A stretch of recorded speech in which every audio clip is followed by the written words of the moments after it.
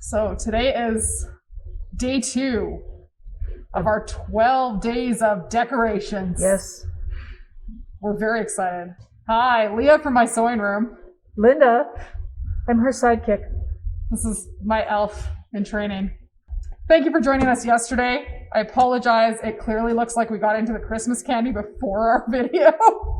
Hey, Linda, what are we doing today? For 12 days of decorations. Today we are going to be doing, this is a little crafty technique that Anne actually did when she was a child. We're doing woven hearts. So we're going to show you how to do these, and we can do them in cardstock. You'll notice that these are Leo colors. We have 2 ways of doing this today. Yes. We have the good old-fashioned scissors, which I will be showing a little later. And I have made you guys some scan and cut files. So there is a downloadable file available for today. I made scan and cut files. Scan and cut files are denoted with the ending of FCM.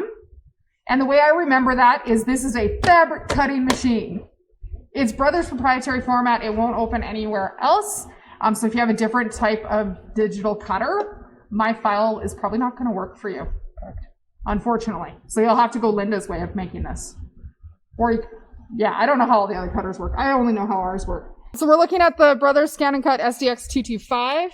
Okay, so looking on screen here, I have saved my files to a memory stick. So they're on a USB stick. So I'm going to go retrieve data and go to my USB stick.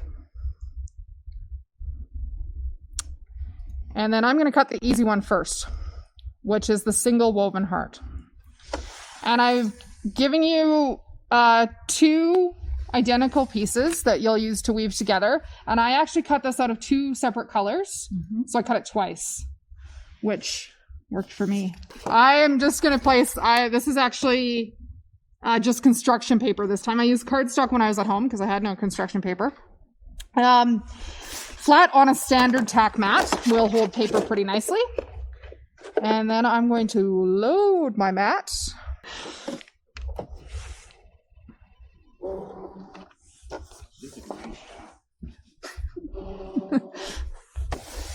So I'm going to hit OK to get that design loaded. And right now I'm quite content to leave these 2 pieces up in the top where they are. Construction paper is, let's be honest, construction paper is really, really cheap. Yep. So construction paper, cardstock, they're easy to work with. They're affordable. If you wanted to cut these for kids to work with, this is the way I would go instead of fabric at the beginning until you get the hang of what you're doing. Easy to cut, very affordable, great option. And it cuts really nicely, so it's nice to work with. So I'm going to hit OK. Oh no, we're going to do one more thing. I would like to make sure that I'm cutting where I have paper. There is an option on screen for a background scan, which is the blue square. I'm going to hit start. It's going to suck the mat through the machine and take a picture of what's on it so that we know exactly where that paper is. So might be a little bit challenging to see on screen here, just because the green shows up really light the way I have the background settings on this set. Okay, so we have dark green paper, and you can see the black cutting lines. So I made this file using Brothers' free digital design program that comes available with the scan and cut. It's called Canvas Workspace. There's a desktop version as well as a cloud version, and in there you can set it up to do open objects, which are just the single lines I have running through the middle, as well as closed objects, so the entire outer piece. So I've got a couple different line types going on in here. That will be a video sometime in the new year of how to build closed objects and open objects in Canvas. So we will do that later on. I'm going to hit OK, and I'm going to tell it to cut. And I'm also going to add a test cut in,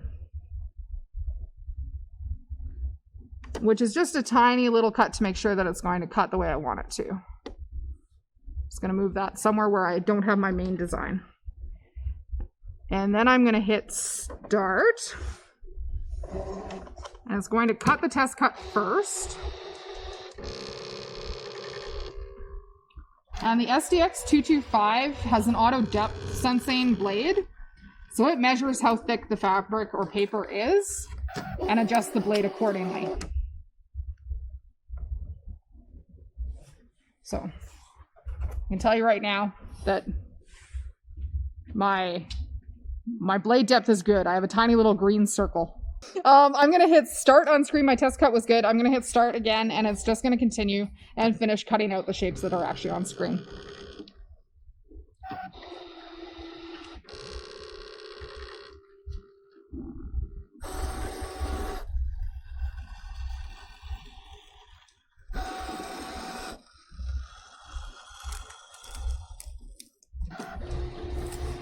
And if I wouldn't wander too far away, because your make it stop button is also your make it start button. So there's a pause if things are going horribly wrong and your paper or fabric's not staying stuck to your mat. Mm-hmm.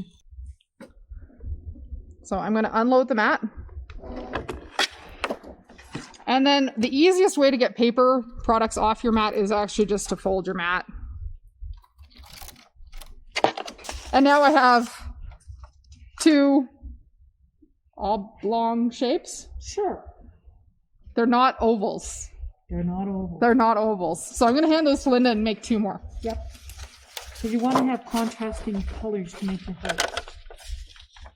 When you're putting your product down on your mat, you'll want to just make sure that you're doing that on a flat surface so that you don't get bubbles up underneath it.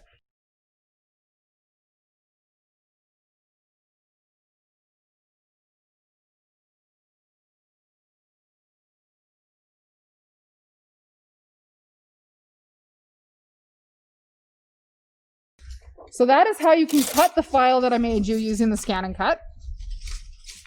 And then you can cut the other one the same way, the double fold one. The easiest way to solve the scan and cut problem is to come buy a scan and cut. I have some in stock. It's pretty easy. Yes. Thank you. So. Okay, so Leah's done this. So what I'm going to do now is just talk about using felt, because these ones that I did, these are in Anne's colors. We used felt to cut them out. Now, one of the things you need to do is you need to do some prep work on your felt if you're going to hand cut them. So you want to put some starch. So we starch these a fair bit. So you starch it, let it dry, and then iron it to get it nice and flat. You need to have this a bit stiffer, has to have more body to it. Yeah. Now we tried to try these on the scan and cut to cut these out, and what we had to do, we had to get stronger juice. Yeah. So if you want to cut the felt on the scan and cut, I would recommend using Material Magic. Yep. There's another video back earlier this fall where I cut a heart. No, not a heart. What shape was that? A pumpkin shape out of felt. But you need to make it stiff like cardboard to cut felt easily on the scan and cut. So that would be, Material Magic will be your friend there. So the two patterns, there's actually 3 patterns I gave you in the zip files. This is the single, so this is the exact same object that Leah cut out on the scan and cut. And there's this one, which is a little bit more interesting. It actually weaves into that, which is very, very pretty to do. So you would just cut these out.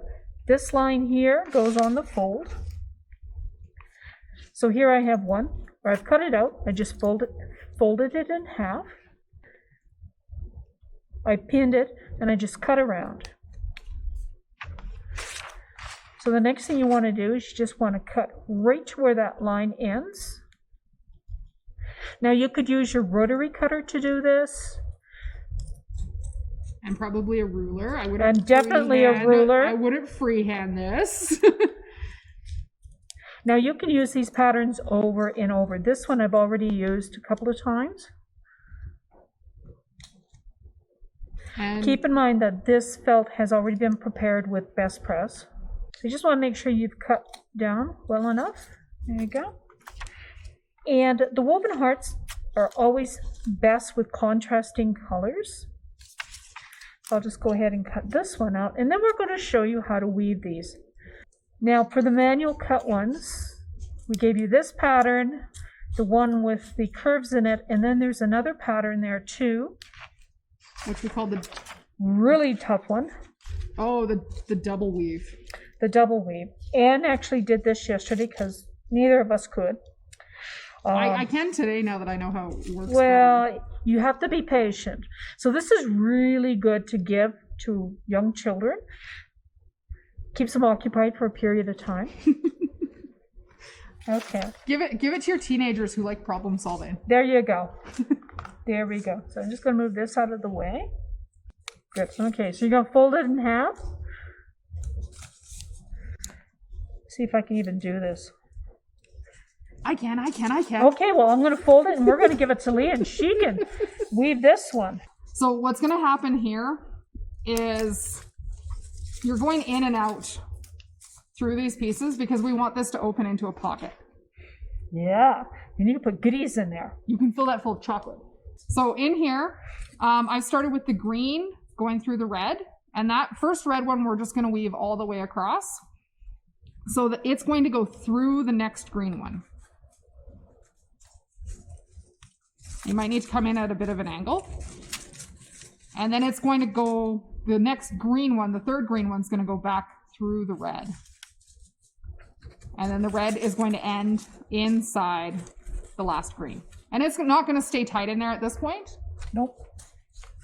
So our next one, red needs to go inside green. So on the patterns that you have, I've actually put, you'll notice the numbers, and the instructions tell you which way to go.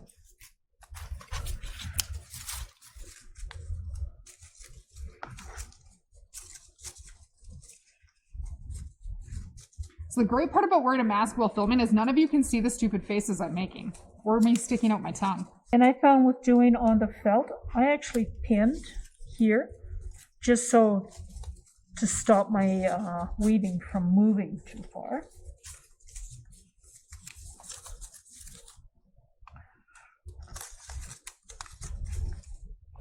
So my first row was over my end piece, so now I'm going to go through my end piece with my second. I don't know what you even want to call those. They look like noodles. Fettuccine noodles.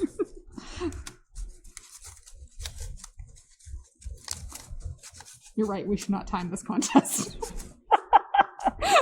You know, I was feeling ambitious. Anne's probably watching us going, oh my God, you two. Who let the squirrels into the chocolate again? Yeah. So when you do one row, you can't finish it completely until you do the next row. And I found to use my scissors just to help work things down.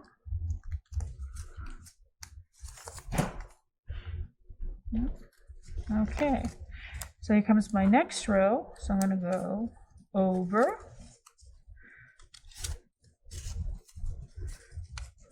And through. Should I be closer to Leah? No, it's okay. Okay.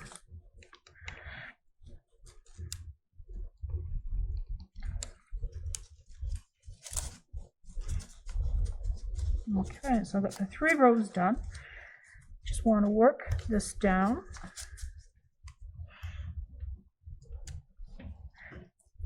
And I found with the felt that once I got everything woven, I powered up the steam iron and I steamed it.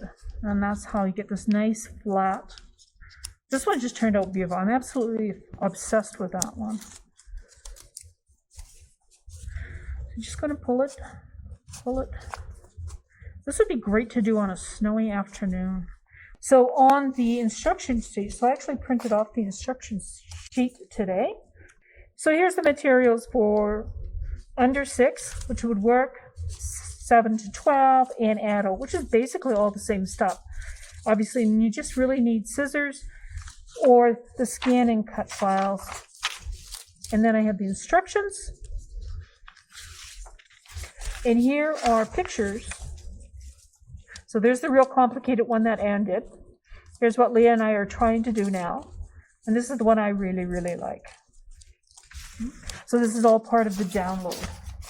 So yeah, good kids activity. Yeah, just pick up a pack of this and cut them out. And then your kids Could hang them on a grandparent's door. Yeah, hang them on the tree. Just put them on their doorknob. And I would just give that a good steam press. I wouldn't press your paper with a steam iron. I don't think you'll be very happy. No, it won't be. And the skinny ones in that double weave go the same way. That's just more pieces to work with. After you've got them made, you'll want to use your perfect punch. You keep hinting, this is what I want for Christmas, right? So you could hole punch here and here. Yeah. So you have a place to tie ribbon on. Or you can put a pipe cleaner in the orange and blue colors for Edmonton. And we have more tomorrow. We have lots tomorrow. Tomorrow we're not going to give any hints. Nope. Tomorrow's going to be awesome as well. Be safe. Be kind. Be calm. Be calm. Awesome. Bye-bye. Thanks, guys. Bye.